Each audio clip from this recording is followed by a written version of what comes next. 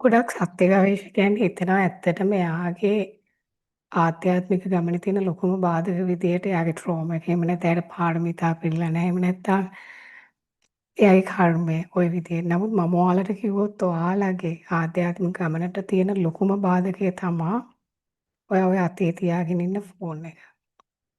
ඇත්තම දැන් කාලේ ගත්තොත් එහෙම මේ ෆෝන් එකට ඇඩික්ට් නැති කෙනෙක් නැහැ. ඉතා කුඩා දරුවගේ ඉඳන් මහලු කෙනා දක්වාම මේ ෆෝන් එකට ඇඩික්ට් වෙලා තියෙන්නේ. ඉතින් මම අද මේ වීඩියෝ එකෙන් කතා කරන්න බලාපොරොත්තු වෙන්නේ කොහොමද අපි මේ ෆෝන් ඇඩික්ෂන් එකෙන් ගැලවෙන්නේ කියන එක ගැන. ඉතින්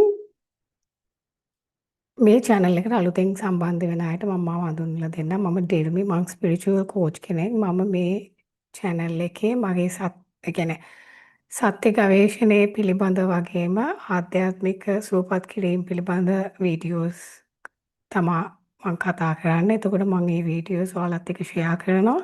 ඉතින් අවුරුදු 10ක සත්‍ය ගවේෂණයේ අත්දැකීම් තමයි මම ඔයාලත් එක්ක ෂෙයා කරන්න බලාපොරොත්තු වෙන්නේ. ඇත්තටම අවුරුදු 10කටත් වඩා වැඩි. ඉතින් ඒ පිළිබඳව මම කතා කරනවා. ඉතින් ඔයාලා හිතනවා නම් මේ මාතෘකාව ඔයාලට වැදගත් කියලා ඔයාලට පුළුවන් subscribe කරලා මාත් එක්ක දිගටම රැඳිලා ඉන්න. ඊට අමතරව ඔයාලට පුළුවන් මාත් එක්ක සම්බන්ධ වෙන්න ක්‍රම දෙකක් හරහා. එකක් තමයි coaching හරහා. ඔයාලට පුළුවන් මාත් එක්ක private one on one session එකක් එක්ක connect වෙන්න. පල්ලෙහා website එකේ මම link එක දාලා තියෙනවා. ඔයාලට පුළුවන් ඒ වෙබ්සයිට් එකේ තියෙන ෆෝම් එක ෆිල් කරලා මට එවන්න. එහාට අපිට පුළුවන් ප්‍රයිවට් සෙෂන් එකකින් සම්බන්ධ වෙන්න. ඊට අමතරව ඔයාලට පුළුවන් කෝස් එකක් හරහා මාත් එක්ක සම්බන්ධ වෙන්න. මම කෝසස් දෙකක් නිර්මාණය කරලා තියෙනවා. එකක් ජීවිතයේ අරමුණ හොයාගන්නේ කොහොමද කියන එක පිළිබඳව. ඊළඟට ඔයාලා මම මගේ ආධ්‍යාත්මික ජීවිතයේ කරපු ප්‍රැක්ටිසස් පිළිබඳව මම මේ දෙවෙනි කෝස් එකකින් කතා කරනවා. ඉතින් ඔයාලට පුළුවන් ඒ වගේන් සම්බන්ධ වෙලා මාත් එක්ක සම්බන්ධ වෙන්න. හරි. ඉතින් අපි කතා කර කර හිටියේ මේ ෆෝන් ඇඩික්ෂන් එක පිළිබඳව. ඇත්තට මේ කියනකොට මට මතක් වෙනවා මම එක්තරා ටික දවසකට කලින් මං පිහිනුම් වලට ගියපු අවස්ථාවක මට මතකයි එක්තරා පිරිමි ළමයෙක් ඇත්තටම පිහිනුම් තටාකයට ආවා. ඇත්තටම එයා මම හිතන්නේ විනාඩි 15ක විතර කාලයක් තමයි පිහිනුම් තටාකයේ හිටියේ. පිහිනුම් කරා ඇති විනාඩි 3ක් වගේ කාලයක්. ඉතුරු විනාඩි 12 මෙයා කරේ එයාගේ ෆෝන් එකත් එක්ක තමයි එයා හිටියේ. ඉතින් මං හිතුවේ මොනතරම් අවාසනාවක්ද මේ සිද්ධ වෙලා තියෙන්නේ කියලා. අපි පිහිනුම් වලට ඇවිල්ලා විනාඩි 15ක් ඒ කියන්නේ විනාඩි 5ක්වත් අපිට ඉන්න බැරි වෙලා තියෙනවා ෆෝන් එක නැතුව. ඇත්තටම එයා විනාඩි 3ක් වගේ කාලයක් පිහිනුම් කරා. ඉතුරු විනාඩි 12 මෙයා එයාගේ ෆෝන් එකත් එක්ක තමයි හිටියේ. ඒ ෆෝන් එකෙන් පින්තූර ගත්තා. ඊට පස්සේ ස්ක්‍රෝල් කරමින් එයාගේ කාලය ගත කරා. නමුත් ඇත්තටම පිහිනුම් කරේ නැහැ. ඊපස්සේ එයා යන්න ගියා. ඉතින් මම කල්පනා කරේ අපි කොච්චර ෆෝන් එකට ඇඩික්ට් වෙලාද කියනවා නම් අපිට දැන් ඒ වගේ ෆිසිකල් ඇක්ටිවිටි එකක්වත් කරන්න අපි කාලය යොමු කරන්නේ නැහැ. මොකද අපිට එච්චර අපි ෆෝන් එකත් එක්ක තමයි ජීවත් වෙන්නේ. අපි ටික වෙලාවකටවත් ෆෝන් එකකින් අයින් වෙලා ඉන්න බෑ. Apple Watch ඒ විදිහට අරගත්තොත් එහෙම කෙලිම ෆෝන් එක ආයේ ඔයාගේ අතේම තියෙනවා. ඇත්තට මං කියන්නේ ඉතින් මේ දේවල් නිසා අපි පුදුමාකාර විදිහට ෆෝන් එකට ඇඩික්ට් වෙලා තියෙන්නේ. ඉතින් අපිට මොකක් හරි එක්ක බෝරින් ෆීලිං එකක් හරි අපිට නිකන් පාළුවක් තනිකමක් දැනුනොත් එහෙම නැත්නම් බයක් දැනුනොත් එහෙම නැත්නම් ස්ට්‍රෙස් වුණොත් එහෙම මොනවා හරි අන්කම්ෆර්ටබල් හැඟීමක් අපිට දැනුනොත් අපහසු හැඟීමක් දැනුනොත් අපිට අග්ගාලා යන්නේ මොකටද ෆෝන් එකට. ෆෝන් එකේ ගිහින් පැය ගාණක් ස්ක්‍රෝල් කරමින් ඉන්නවා. මොකද අපි ගොඩක් වෙලා පුරුදු වෙලා තියෙන අපිට මොකක් හරි අපහසු හැඟීමක් ආවොත් අපි කැමති නෑ ඒ හැඟීමත් එක්ක ඉන්න. ඊට වඩා ලේසි අපි ෆෝන් එක ස්ක්‍රෝල් කරලා ඒකෙන් පැනලා යන එක. ඇත්තටම සත්‍ය ගවේෂකයෙක් නම් අපි කරන්න ඕනේ ජීවිතෙන් පැනලා යන එකද ජීවිතේට මූණ දෙන එකද? ඇත්තම සත්‍ය ගවේෂකයෙක් කරන්න ඕනේ ජීවිතේට මූණ දෙන එක. එතකොට අපිට අපේ හැඟීම් වලින් පලා යන හොඳ ක්‍රමයක් විදිහට මේ ෆෝන් එක ඇවිල්ලා තියෙනවා ෆෝන් ඇඩික්ෂන් එක. ඉතින් කෙනෙක් හිතන්න පුළුවන් කොහොමද මේක සත්‍ය ගවේෂණයට බලපාන්නේ? ඇත්තටම මේක සත්‍ය ගවේෂණයට ගොඩාක් බලපානවා. කෙනෙක් ඉන්න පුළුවන් ඒ කෙනා හිතනවා හරි මම මේ සත්‍ය ගවේෂණය කොහොම හරි කරනවා මම කැලෑවකට ගිහිල්ලා මම මේක හොයාගන්නවා කොහොම හරි කියලා එයාගේ ෆෝන් එක දාගෙන තමයි යන්නේ. ඇත්තටම ඔයා ෆෝන් එක ඔයාගේ අතේ තියාගෙන ඉන්නවා නම් ඔයා වගේ මුළු ඒක හරියට මුළු ලෝකෙම ඔයා අරගෙන යනවා වගේ. ෆෝන් එක කියනවා මුළු ලෝකෙම අතේ තියාගෙන යනවා වගේ. ඉතින් ඔයාලා කැලෑවකට ගියත් ඔයාලා ෆෝන් එක අරගෙන නම් යන්නේ. ඔයාලා මුළු සමාජෙම එතෙන්ට අරන් යනවා හා සමානයි. කිසිම වෙනසක් වෙන්නේ නැහැ. ඉතින් ඒ විතරක් නෙවෙයි දැන් කෙනෙක් අහන්න පුළුවන් කොහොමද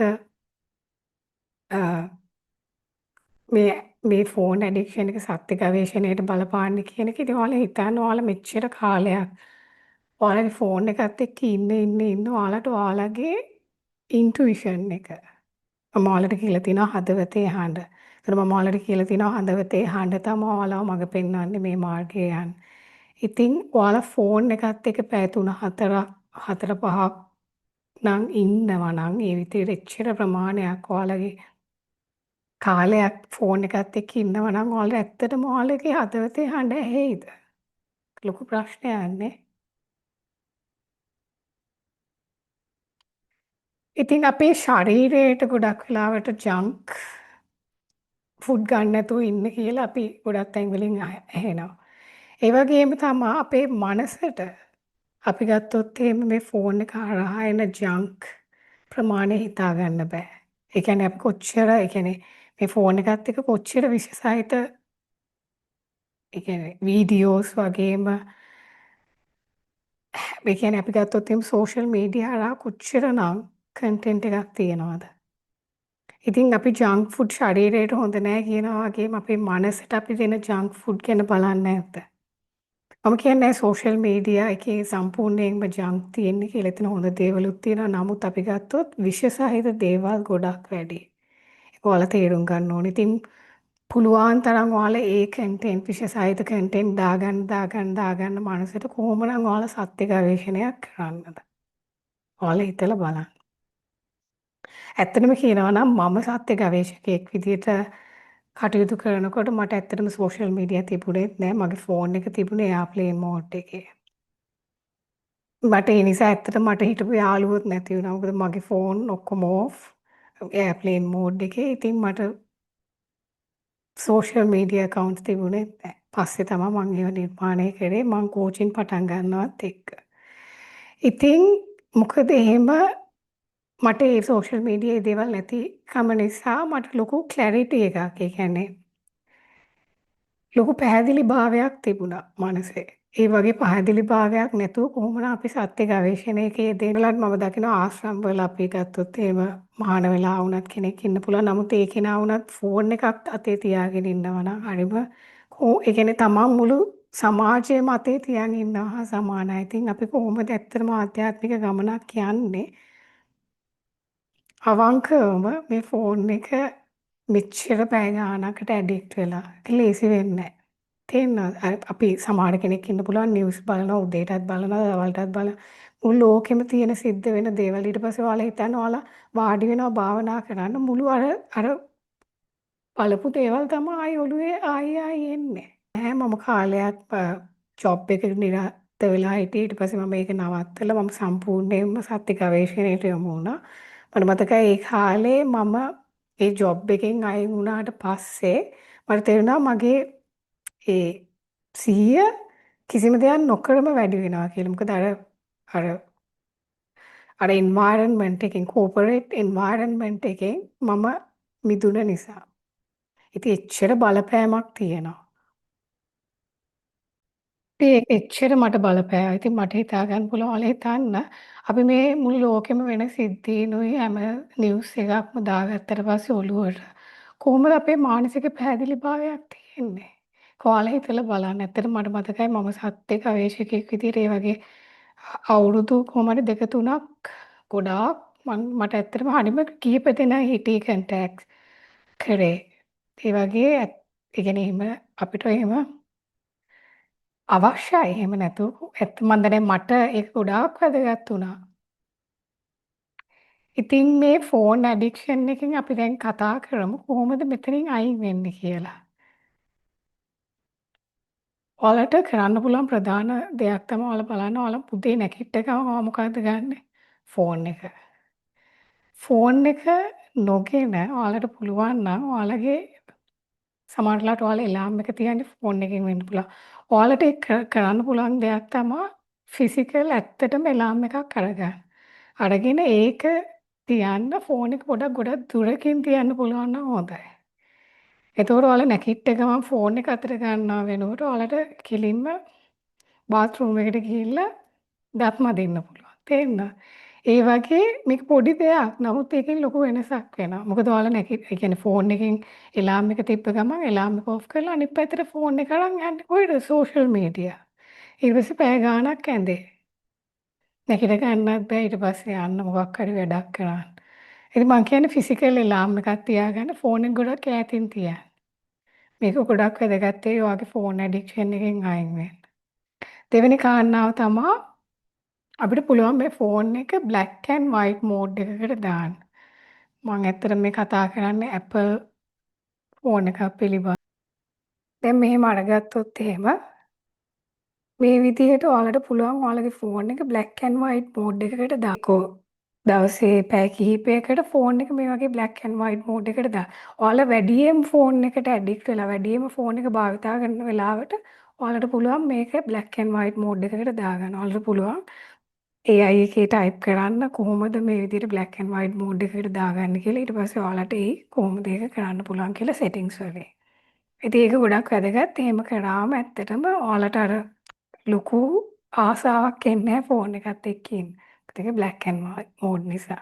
ඊළඟ කාරණාව තමයි ඔයාලට පුළුවන් මේ නොටිෆිකේෂන්ස් හැම එකකින්ම එන එක ඕෆ් කරලා දාන්න. ඔයාලට පුළුවන් සෙටින්ග්ස් වලට ගිහිල්ලා මේ එන නොටිෆිකේෂන්ස් ඔක්කොම ඕෆ් කරලා දාන්න. අවශ්‍යම දේවල් විතරක් තියන්න පුළුවන්. ඒ කියන්නේ අවශ්‍යම නොටිෆිකේෂන්ස් ඔයා දන්නවා මොනවද කියලා. ඔයාගේ පවුලේ කෙනෙක්ගෙන් හරි කවුරු හරි ඒ දේවල් ඇරෙන්න ඉතුරු ඔක්කොම ටික ස්ටොප් කරන්න. ඇත්තටම මොකටද දැන් ඔයා හිතන්නකෝ ඔයාලගේ සෝෂල් මීඩියා එකේ කවුරු හරි ඔයාගේ ෆොටෝ එකක් ලයික් කරා. ඔයාට ඒක දැනගන්න ඕනේද මේ වෙලාවෙම?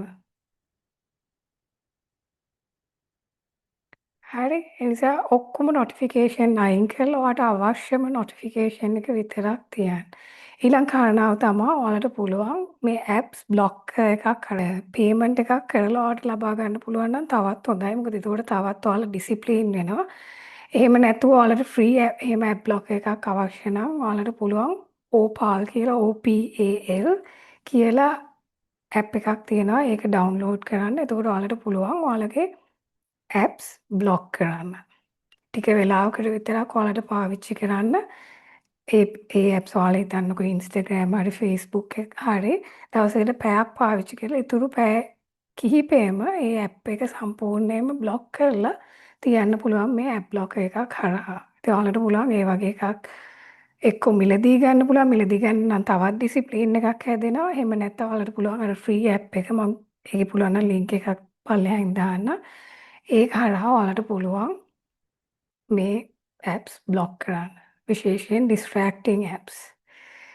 ඊළඟ කාරණාව තමයි ගොඩක් වෙලාවට ෆෝන් එකේ ගොඩක් දෙනෙක් රැඳෙන්නේ එයාලා ඇත්තටම එයාලගේ ජීවිතේ එන්ජොයි කරන්නේ නැහැ.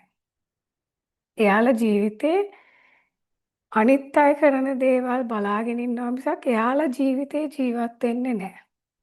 ඉතින් මම කියන්නේ ඔයාලා සතුටු වෙන ජීවිතයක් නිර්මාණය කරගන්න.